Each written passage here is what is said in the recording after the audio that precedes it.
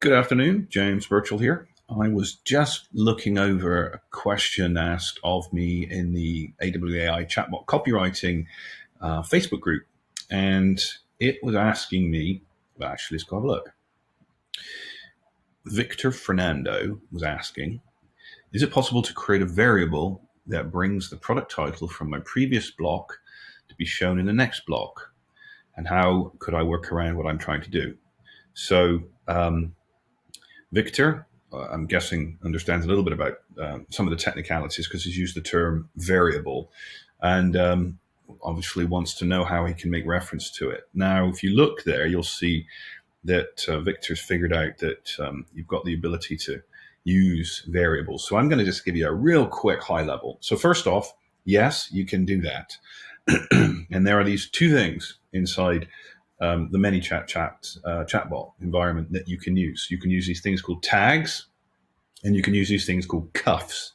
CUF is a custom user field, right? And a tag is quite literally a tag. It's a bit like one of those little sticky things that you shove on, a file folder. It's there or it's not there. Now, we're not going to use tags here because tags only exist or don't exist. Really, they don't hold any data. Their data, in other words, the information that you want the tag to mean, is expressed to you by the presence or absence of the tag. So, for instance, if I tagged a user record with something like likes bananas, if I'd created a tag called likes bananas, then I would know that if that record had the tag likes bananas, that person likes bananas. And if the tag wasn't there, then I can infer they don't like bananas, or at least they hadn't been asked.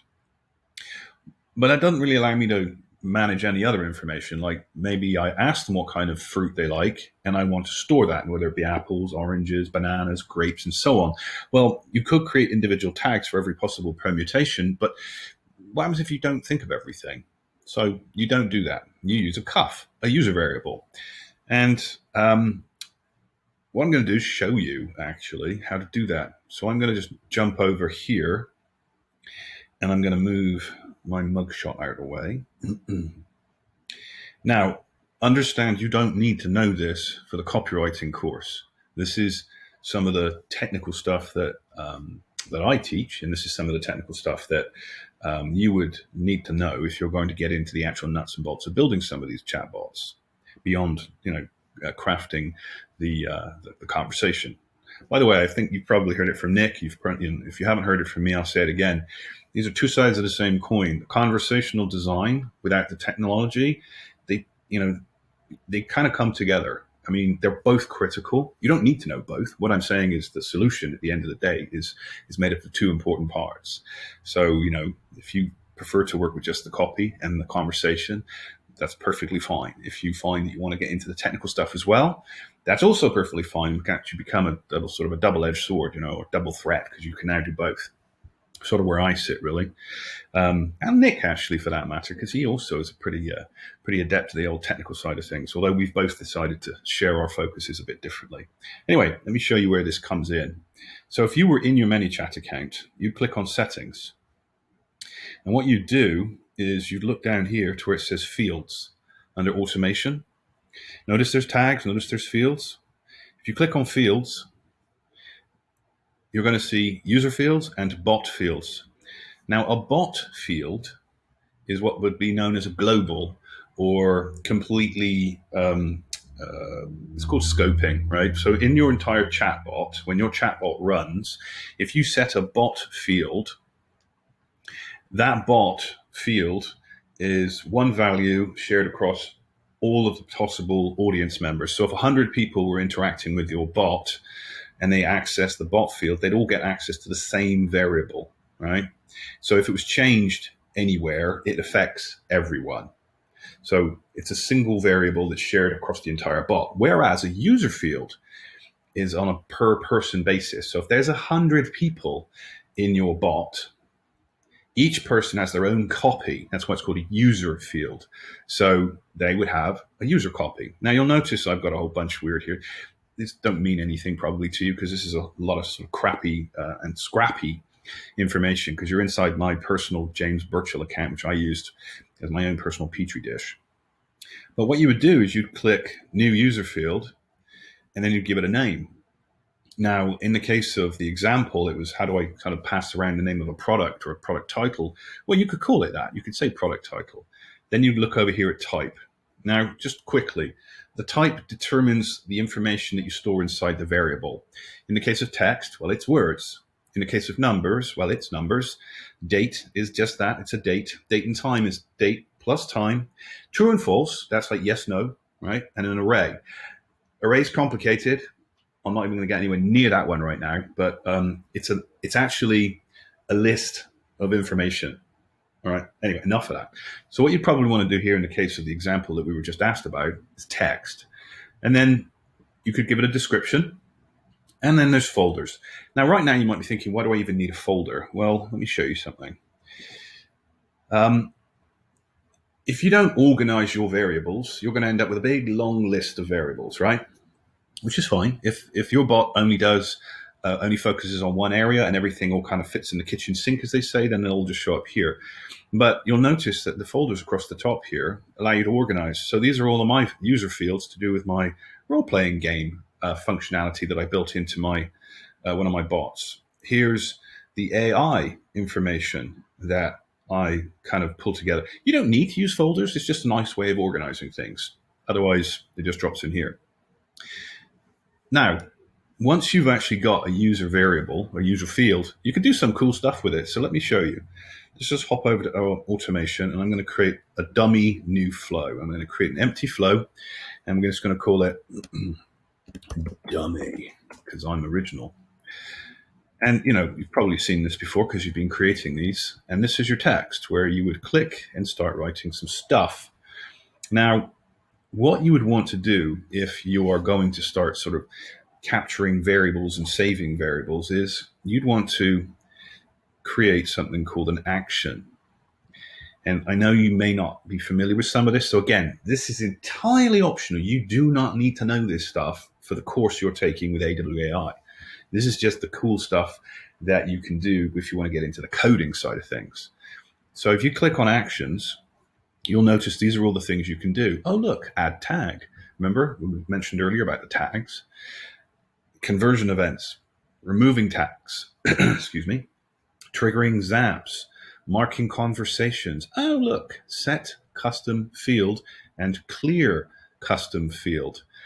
Now, for the purists amongst us, set custom field really was all you needed because you should be able to set the field to a value, and you should also be able to set the field to no value. But not everybody thinks like a programmer. And so what you would think is, I'm going to set it to a value and I'm going to clear it out. So that's why there's two action choices here. So you can set it to something or you can clear it. So if I say set a field, then what I can do is I can pick my custom field, CUF, my variable, and I can start typing it in. Now, we didn't actually create one. So what I'll do is I'll just pick something daft. So you'll notice alongside, see, T for text, pound sign for number. Do I have anything else in there? Do I have true falses? I don't remember now. Oh, look, you can see the little folders. How cute is that? I didn't even know they did that, actually, because they keep tweaking the updates. Anyway, there we go. We'll pick favorite color. And we don't have a value set, but we'll give it one for now. So we'll say orange. And we'll save it. Oops. And we'll just click outside. And you'll see up here, it says set the demo field, favorite color, to orange. Now, if you look back at this rather icky looking flow right now, let me just minimize my screen a little bit so we can see some more. You'll notice that this first step needs to be connected to that.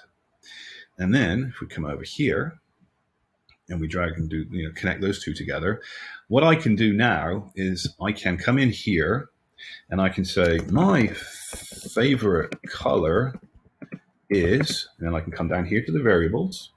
And then I can start looking for it. What was it called? Favorite color. There it is. Favorite color. So what this would do is this would grab that variable and it would display it there. Now, of course, you're thinking, well, what happens if I want to save it and set it? Well, this is how you set it.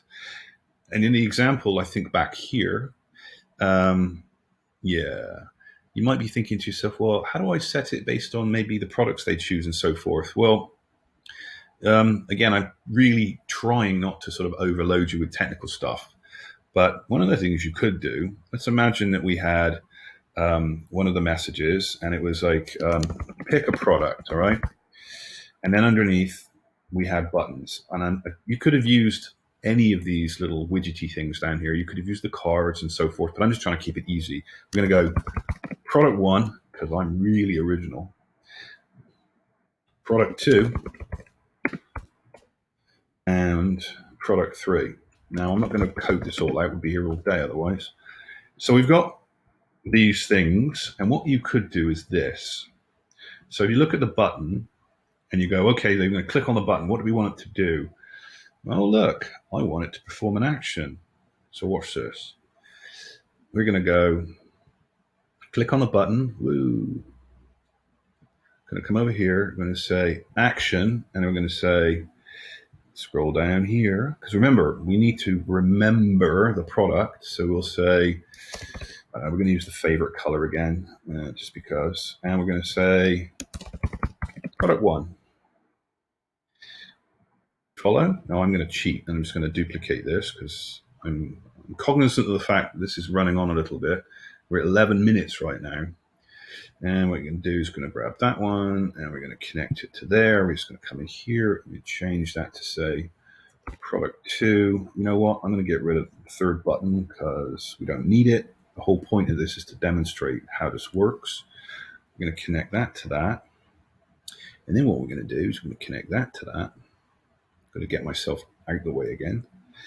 We're going to connect that to that. And we're going to throw that away. And we're going to click my favorite button, which is the magic wand, which reorganizes everything. There we go. Look at that.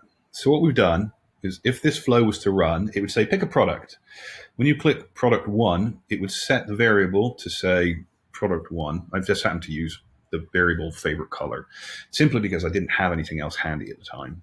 And if I picked product 2, it would set it to product 2. And then when it comes over here, it would say my favorite color is product 1 or product 2. I know that doesn't make a lot of sense, but I'm trying to show you how the plumbing comes together. And that's how you can do it. By the way, you can go right down the rabbit hole and you can use formulas in setting these variables. Like, check this out. You see over here where it says custom field, and then it says what you want to set it to. If I click in here, you'll notice I can actually set the value to an emoji if I wanted to. But I can also set the value to something else. Check this out. I could say things like some text, and I can add in, I don't know, I just pick something. Hang on, let's go back to color again. That'll do, favorite color. It's actually going to create a variable that's made up of this text in here plus that text there, and then it'll show up there. You can have a really, really fun time with this because you can actually do math as well. You can take numbers and multiply them. That's how you can do things like little e-commerce systems. You can have a person clicking all the products, and what you can do is every time they click on something and add it to the cart, you can add a number to a variable, which is your running total. And then if they click on checkout, you can go over to the final part of the flow and you can actually display the running total. And if they change their mind, you can do so many things with this. Anyway, I guess what I wanted to say was, yes, you can, and here's how you can do it. Hopefully I haven't just made it worse, because I obviously just showed you a bunch of stuff that maybe you haven't even been introduced to yet. But I'm just kind of just trying to help you see some of the power of these things. I mean, the conversational design, as I've said before, absolutely critical. Like today, for instance, Nick and I were working on some stuff this morning, and I was writing the code for a chatbot, and Nick was actually writing the words. And together, these things are just crushing it. So anyway, it's a little after 11 on Wednesday, June 2nd. I think you guys are actually having a course with Nick this afternoon. So I'll be floating around, keeping an eye on the Facebook group. So if there's any questions you have with respect to the technical stuff, you know where to find me. And on that happy note, I think I'm going to save this, and then I'm going to go put the link over in that comment back over there on the Facebook group. Take care.